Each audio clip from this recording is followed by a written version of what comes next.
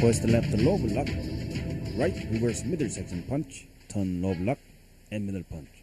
To the left, low block, high block, reverse punch to the gap to the facial section. Turn middle section, double knife and block. Outside middle section block, turn outside middle section, stepping back inside middle section block 3 times.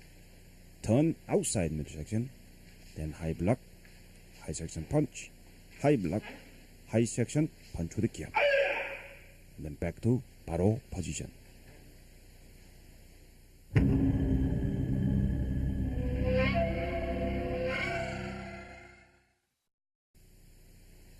First low block stance is a front stance, then punching in a front stance.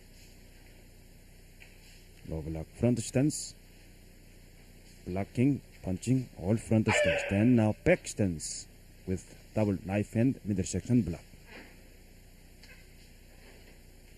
Now back stance and back stance, stepping back stance, turn around, also back stance. Then turn front stance, high punch with the gap. Back to Pahl position.